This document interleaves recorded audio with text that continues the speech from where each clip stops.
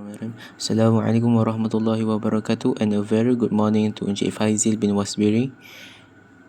We from Group J will present to you Computational Fluid Mechanics in 2D Flow in a Pipe. Our team consists of Muhammad Fatul Hadi bin Muhammad Nizam as our leader, Muhammad Nabil Iman bin Muhammad Zulkafli, Afiq Nazmi bin Nur Shahlan, and Muhammad Ismail bin Muhammad Shabri. Introduction. CFD is use of computational methods for solving fluid engineering systems, including modeling, mathematical and physics, and numerical methods. Solvers, finite difference, and grid generations. The topic for this assignment is 2D flow in a pipe. We use CFD simulation to analyze the action of the fluid. But before that, we need to know what exactly is 2D flow in a pipe and why we need to learn 2D flow. A. Why we need to learn about 2D flow? 2D or 3D flow refers to the number of spaces coordinated required to describe a flow. Although it seems that physical flow are always three-dimensional, this can be challenging to compute. By disregarding the variation in the flow's direction, we must simplify the flow. This allows us to convert a 3D flow into a 2D or even 1D flow. B. What is 2D flow? A fluid motion that is 2D occurs when the flow velocity is parallel to a fixed plane at all points. There should be a consistent velocity at every location on a given normal to that fixed plane. In terms of mathematics, for two-dimensional flow, U is equal to F1 xy, V equal to Fxy, and W is equal to 0. There are numerous variables that can impact fluid flow in pipes, including the fluid's viscosity, density, and velocity. By examining the flow through pipes in two dimensions, we may more effectively investigate those elements. By examining the flow through pipes in two dimensions, we may more effectively investigate those elements and find solutions to the pipe flow issues we see on a regular basis. Theory. How fluid in pipes? Via a pipe, a fluid comes into contact with the wall. There is surface roughness on the pipe wall. The fluid's drag is influenced by the roughness level. Each layer moves at a different speed as a result of the drag between them, which tears or shears them apart. As one gets farther away from the wall, the shear rate drops. The center has the fastest velocity and the wall has the lowest. This indicates that the fluid's core leaves the pipe first. Friction and laminar sublayer. The fluid travels more slowly close to the pipe wall due to friction. The laminar sublayer is the name given to this slow-moving fluid. The fluid moves over itself in this layer. Depending on the flow rate, wall projection, height, and physical characteristic of the fluid, the sublayer's thickness can range from 10 of a millimeter to several millimeters. Only in turbulent, swift flows can the sublayer begin to form. The sublayer merges in with the laminar flow of the pipe at slow flows. Velocity effect.